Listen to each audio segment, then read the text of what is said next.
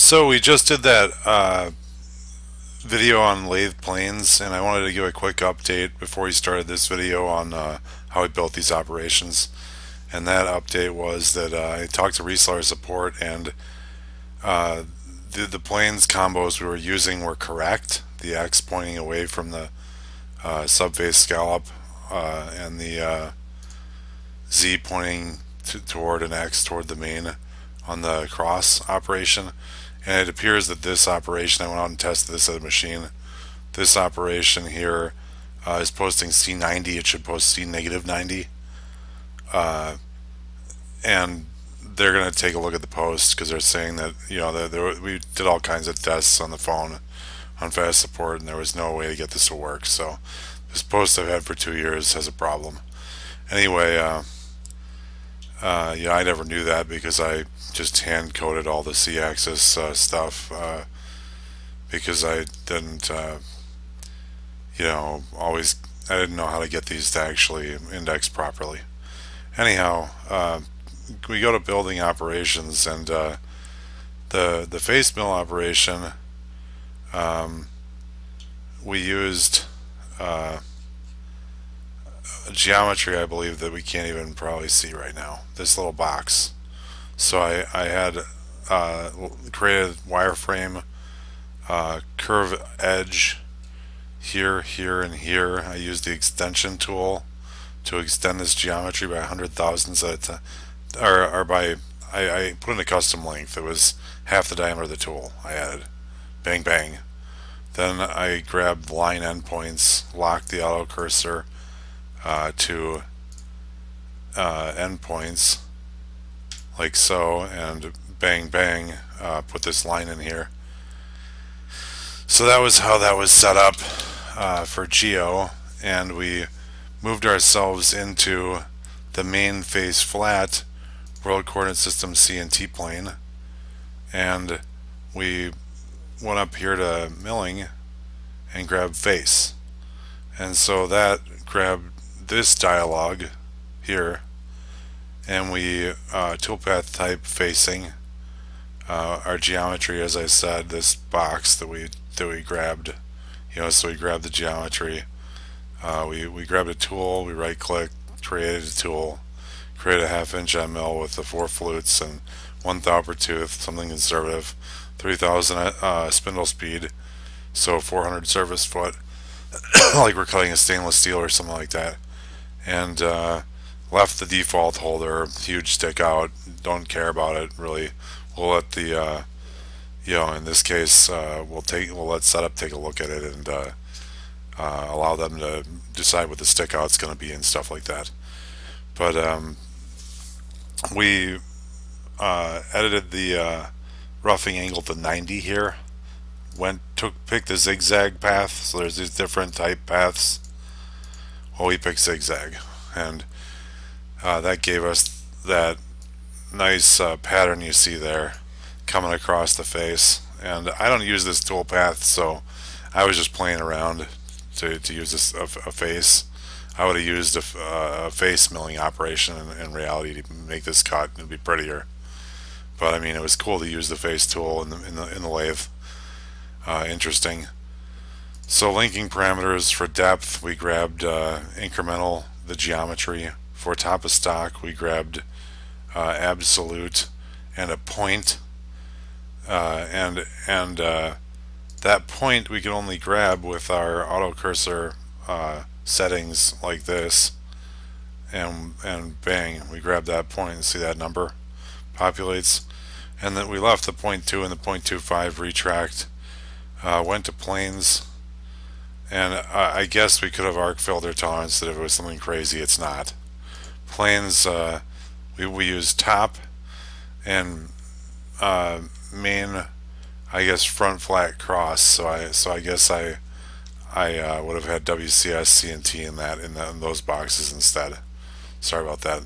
So when this would populate all three of these the same, and we grab top for our tell it where 0 is, then coolant on, axis control upper left because we're on the upper left side. I guess this does apparently matter. It outputs the GVT4, GVT5, even though in planes you manual set 0, that's 254. We were having on the sub, one of these operations wasn't outputting with a 1 in here for 55. So it turned out that it needed an access control upper right where it wouldn't output 55, which is really strange. When we're hard coding it, this is supposed to override, but it didn't. And so rotary access control y-axis, this tells it index and then cut. Bang, and we're done. That's that operation. So Helix Bore, we went to model prep, grabbed a whole axis, clicked on the hole. I like to just do circles both, points both, because you don't know which one you're going to use. That way you got them both. I associate that to a level, so I'm in main whole axis here. Bang bang, you can see it appear and disappear. So you grab your levels manager, make a new level, name it, then grab your whole axis tool, click on this hole, points both, circles both, green check, and there you go, there's your geometry. Then we created a plane, and that was whole axis cross. And so we went to we created that plane yesterday with the other video from geometry on top of this circle, and then moved it to the origin. Then we go to toolpaths, and we went to milling, drill, and then the dialog comes up after you pick the geometry for what whole side you want it to start on, and that has to be the way Z is pointing for the plane you've got grabbed. And so toolpath type was Helix Bore. Created a tool, 1/4 inch end mill. Cut parameters, we gave it 40 thou negative to leave on the floors so that we know we're breaking through the hole completely. And 0 stock on the walls, and rough finish. The rough pitch, this is how much it helixes downward at the angle helixes downward, and I don't know how to do a calculation or like make something in a CAD program to figure that out. So 30 is a conservative value. Feed rate at final depth, I'm like, I don't know, maybe that's, that was default to 30. I thought that was slow. Let's go with 50. I don't know why it's even slower. But then we got finish, helix downwardly, and I left finished up over a 4 thou, so it does 2 helix bores. And this is the only way to do this. This is a huge bore, giant for a 1/4 inch tool. We only got 3/4 inch flute length. We got like, I don't know, freaking 2 inches to go through or something. It's ridiculous. This is just a demonstrational part, so I did a helix downwardly because I don't have the flute length to finish the whole pocket. And so I figured, I don't know, faster feed rate, sure, we're only cutting 4/10, so we're going to start chip thinning. I didn't really calculate that. Let me see. Depth, incrementally picked the bottom circle of the 2 circles, so that comes in handy. And top of stock, pick the top circle, and leave these default. Planes, this was across all 3. Grab top for the first plane. Manual 0 is going to give us 54 if we have the axis combination upper left. We do now. And rotary axis control Y. And none of this other stuff really mattered except for maybe coolant being on. Okay, and so there's that. Then our third operation, we faced the flat, and for that, I guess that was where this plane came in. So we grabbed this stuff here, and we used wireframe curve flow line, and clicked on this face, and number set to 3, which is nice because we get 1 there, 1 in the middle, and 1 at the edge, and change the UV direction to give us the horizontal lines we're looking for. And I put that on a level in the level manager that I created, so that's like main curve slice geo right here would be where that is, but we're gonna just exit out of that. Then I pick this line. We only need the 1 line, and pick it from this side. It'll chain that direction, which is what we probably have. Let me see if I can find that. Yep, and that's a climb milling operation there. And I grabbed just a simple contour 2D.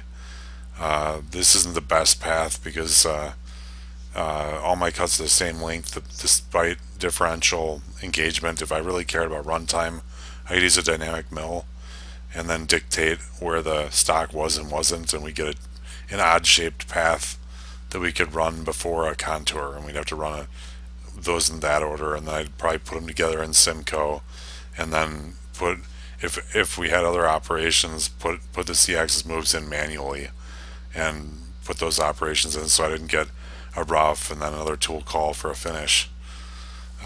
Pretty complicated stuff there, but that would be how you get a better runtime. But so bring this tool up by clicking contour, grab a tool. In this case I use the a different 1/2" flat end mill because it's a face tool, and cut parameters. I wanted to be on the left side of the path, moving that way. Computer, I didn't put wear in there. In a lathe you can do wear with your X, because especially this is indexed and you're cutting in Y. So I didn't use depth cuts. I did use lead-ins, lead-outs, and made those both tangent, gave myself 0 arc radius so that they didn't go 90 degrees or anything crazy. This sweep 90 would be the degrees, and I just wanted a straight cut. I went to multi-passes. I gave it 3 multi-passes, 60 thou spacing because this is rather deep. The feature is pretty big. So 3 at 60 thou, 1 finish at 6 thou. That gives me 4 total passes to cut the feature, and I should have a good expectation of that looking really nice. Now, and I never measured this. I mean, that's a 1/2" end mill. That should have the full length to do this, but I mean, this is probably about 1 inch. So we'd have to select a tool accordingly, or we'd have to use depth cuts. And then we'd see 4 cuts on one depth and 4 cuts on another depth. So that'd be kind of tragic to our runtime. This part, not typical for work that I do because it's huge. It's like 3-inch diameter or something, which to some people is small. Anyway, linking parameters. I grabbed depth, incremental, grabbed the geometry again, top of stock, absolute. Now that's maybe not properly selected, but doesn't matter in this case. I don't believe. I mean, let's go to incremental and we'll grab that. Okay, yeah. So it didn't do anything, which is a little weird. At that point, what I would need is I'd need to be clearing off the part, which I am. Okay. So you see 50 thou in the retract 50 thou feed plane. So I'm in front of the qualified face, and that's why it's going to work out. Arc filter tolerance doesn't matter here. This isn't dynamic, so we're not going to create. If we did have an arc filter tolerance on this 6 thou stock, we'd want 3 here. As far as planes, obviously this was already populated because we had this selected in our planes menu. We went to we grabbed the top for our origin, coolant on, axis control upper left, rotary axis control Y, and that's the op, and that looks like this.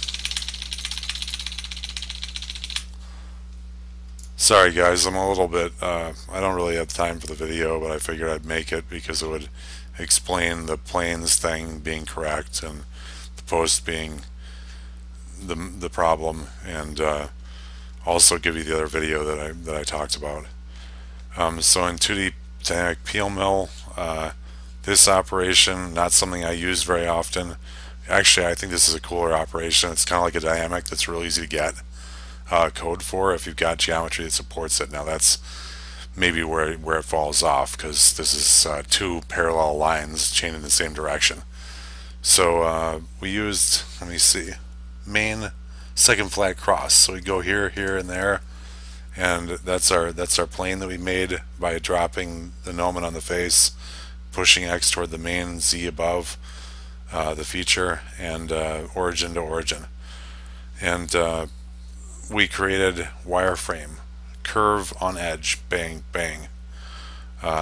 Or I might have used the flow line tool. Okay, I've got 3 lines, so I probably did use that tool. It's irrelevant. Click here, click there. In this case, that means we're chaining the geometry, and I think it matters which direction you pick them in. You want to pick, in this case, hell, honestly, to drive the cut into the ways, I probably did this wrong. So if I come up from the bottom of the part, I put cut pressure down into the ways, and that's the best way to cut rigidly on any machine. And so I would have probably wanted to cut, pick this piece here and pick that piece here, chaining them this way in that order, and that way I'll get a path that'll go like this from bottom to top in a climb milling orientation. But I picked top down in this direction, so it's still climb milling but not on the right side of the ways. So for an ideal cut, if you're going to cut a lot of these, cut them aggressively. You'd want to go bang bang and have your chain go this way. Anyway, we go to milling, we go to peel mill, and that pulls up our dialog here. And so you got peel mill as a path, grab a tool, in this case the tool used for the facing cut over here. Then we and you can check your cut data and make sure that you're good with that. We could probably go faster on this, a lot faster, maybe like 1.5, maybe even 1.75 as far as thousandths per tooth, because we are pretty much dynamic milling this thing. So cut parameters, we picked the dynamic peel. This 50,000 stock was a little probably screwed. We probably want something like 8 with that tool. Stock to leave on floors, we want more like 10, maybe 6, hell 7. And so we gave ourselves a 25% step over. Let me see, micro lift of 10, we could probably do that at 5 with most modern equipment. Maybe 6 for chip clearance. And minimum toolpath radius, I left that where it was defaulted, and its climb direction. Depth cuts, I'm cutting it all at one time. Finish pass is 1 at 6 thou I've got, which is interesting. I don't know if that 1 at spacing 0, how about that? That probably will take us there. Never used this tool before. Just wanted to try it because I saw it on a video the other day. So depth, I grab the geometry on the floor. Top of stock, we grab a point on the diameter, like so. Let's see if we can find one. Bang! See, that's the same number. So depth was incremental the floor, and top of stock was absolute whatever it was. I wanted to see a number. In this case, it was half the diameter. So a little confusing, but that represented a number that I knew was good, because I'm like, oh, it's half the diameter. Arc filter tolerance, we'd probably then, we could push this actually to like a 3 probably, and turn that on. And planes, because we selected this, it'll be bang bang right there in here. We select top, the origin, manually, and we give this a manual 0. That's a GD4. Doesn't in fact matter, it appears, because of the upper left chosen. Coolant on. Rotary axis Y. Yeah, and we rebuild that, and let's actually rechain this. So if I rechain it the way I was talking about, bang, bang, we should see that nice cut from the bottom, and that's going to be a healthier cut for the machine, if you're concerned at all about rigidity. But I just like to get through this and see the wall stock cleanup. We should see a heavier cleanup now, I think, because we have 0 for a wall stock. And I see, oh okay, so I missed those 2 lines. And what does that look like?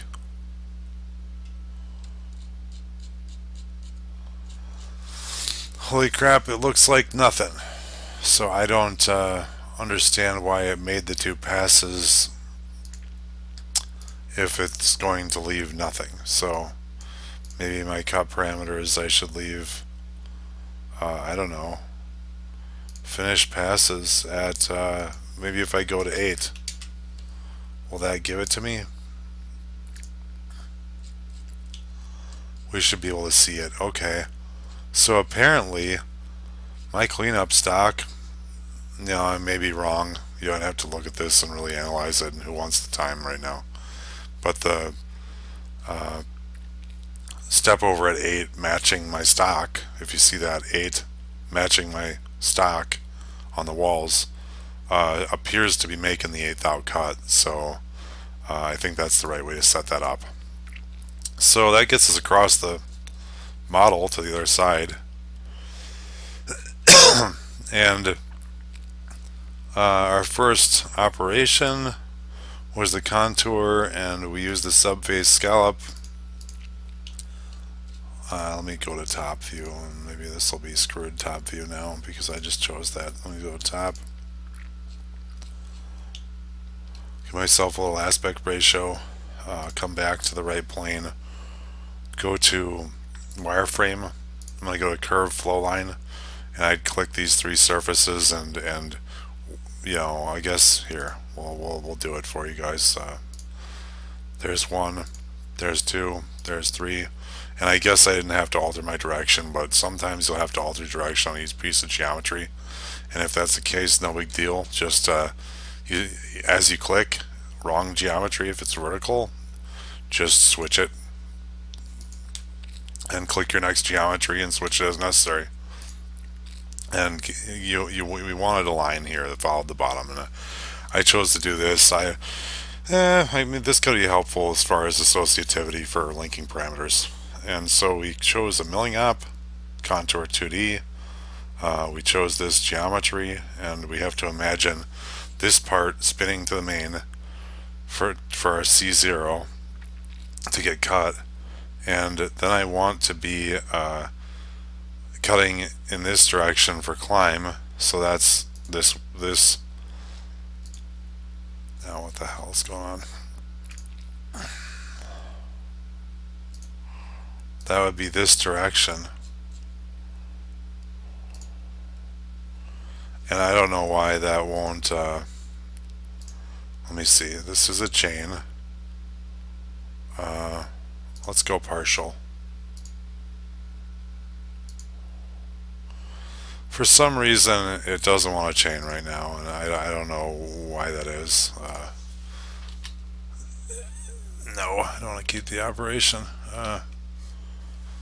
Let's see here. And I got into some weird I'm trying to deselect the geometry, so pushing escape. Go to contour 2D.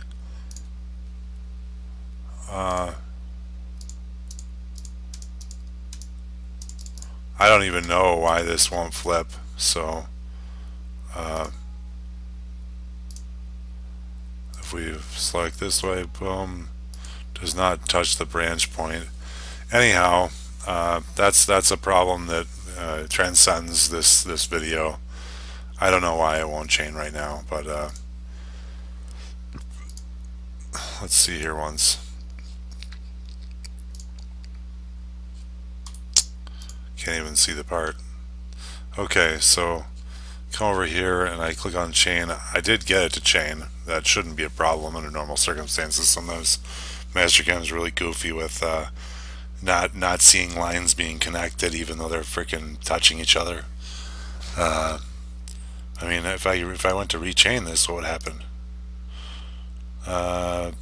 Apparently the same garbage. Chain partial.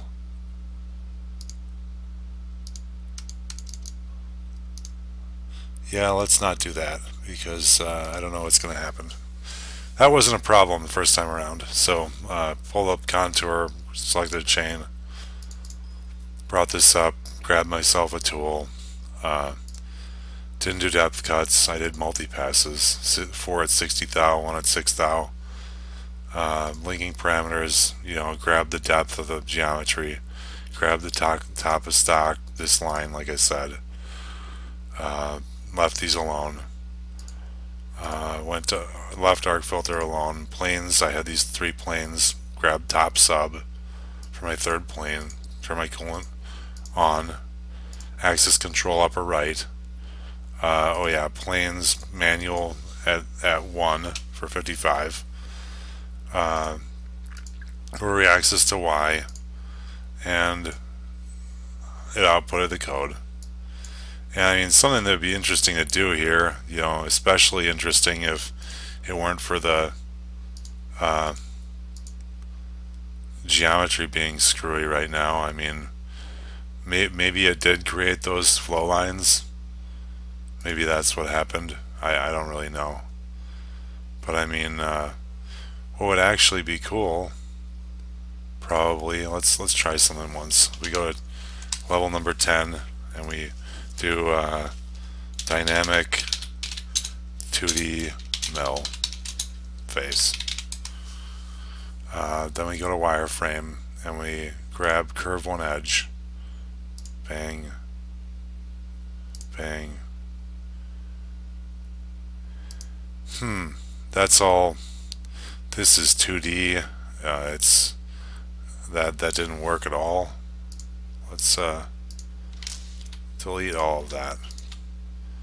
If I go to 3D, maybe that'll get me my okay, great, whatever. I'm going to go back to 2D in case I had to do plane work or whatever. So now on 10 I've got that. If I go to milling, I'm going to go to dynamic milling, and I'm on my sub. No, I'm not. Okay, so I'm not going to continue. No. So subface scallop. That's correct. Manual 1, and then go to dynamic mill, machining regions. I click that. See how nice that chained. How weird is that? Then I'm going to grab from outside, and I'm going to grab air regions. I'm going to grab a solid edge because I don't have one edge right here. And hell, containment. I don't think I should need that. We'll see. A tool, I use the 375 end mill that I was using in the other operation. I'm just going to leave this shit alone, actually. I mean, 1, 2, let's say that, huh? 1, 2 at 4,000. And then it does this crap where it changes that, which is weird. We'll use maybe the radial chip thing, 22 inches a minute, plunge rate. We could probably put 10 on there for sure. Rapid retract. Cut parameters, we're going to go with, sure, we'll leave it at the, I mean, honestly, I'd probably cut this to like a 20% step over. 20%, leave, I mean, and with the settings I've got that are more aggressive, I could probably go to like 16. Stock to leave on walls, I'm going to leave 10 thou. Stock to leave on floors, I'm going to leave 6 thou. Depth cuts, I'm not going to use. Entry motion. Shit, I don't know. It shouldn't need one. We'll see what happens there. Linking parameters for depth is 0. Top of stock. 0 in absolute is different than incremental, so that's correct. We're going to use our planes combo. We're going to add top sub. We're going to add our manual work offset of 1. We're going to use our arc filter tolerance of 3. Allow that to work, and then we're going to put our flood coolant on axis control to upper right, rotary axis Y, and click out of there. And look at that. We have a path. The only thing we have is we have stock. This doesn't finish, so I'd have to do a contour to clean this up, or it would look choppy. But what that does is if you take a look, info 14.46 second cycle time versus something much longer, no doubt, 36. So I could probably do my finish in, let's say, 10. So I'm at 24 versus 36. I saved myself 12 seconds per feature, and I might have several of these on a part that I'd actually cut. So there's a high-speed path, and it didn't do stupid shit, so that was cool. It actually came in from the outside where I sent it and wanted to go from. But the final op that we're going to talk about, this very long video, is how we derived. We were in sub cross mill, so Z's up, X toward the main. Let's see if we can reacquire some kind of a view that makes some kind of sense. That was difficult. Your views are tied to your world, and so I set my world over there on sub cross mill, and that screws it up. Anyway, for this we had, let's see if I can find my levels manager, sub cross geo.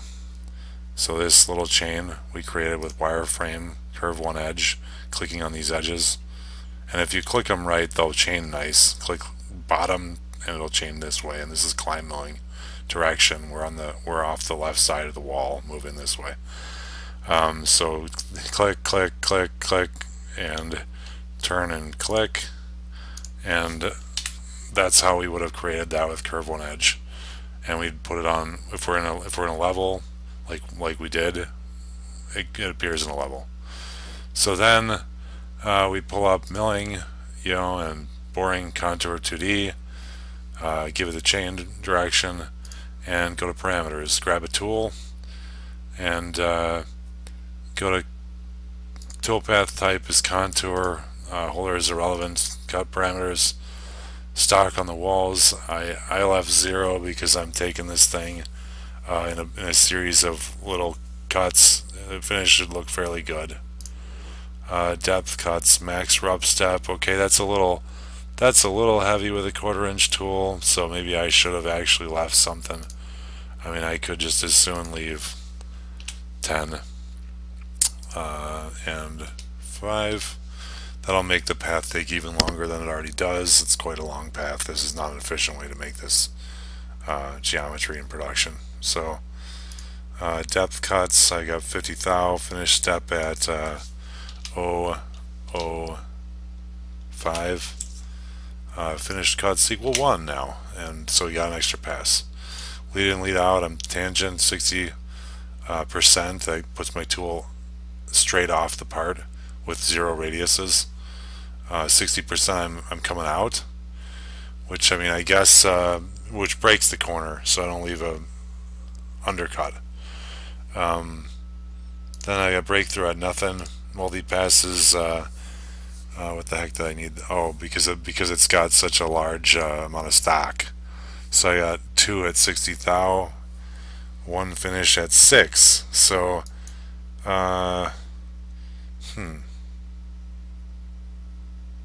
yeah, interesting.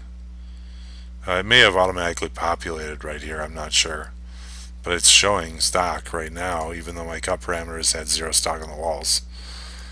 So maybe I was alright. Depth, click that for 0. Top of stock, I grabbed some point on the top of the arc. Left this standard planes. It was sub cross all the way across, manual to 1, top sub for the working coordinate system, coolant to on, axis control upper right, rotary axis Y. See how that rebuilds. It rebuilds very similarly, so I guess 2 ways of doing the same thing, the way I did it the first time and the way I just explained it now with the stock and the cut parameters. Anyway, that finishes this video. Sorry it had to be quick. But that's an explanation of those operations. Those are just some of the operations you could do, but as you can see, a lot more power in planes and milling than you get in this gay little, no offense to gays, this stupid little C-axis dialogue that's like the part handling dialogue, doesn't really work. Anyway, I hope you guys enjoy that, and at least it was free.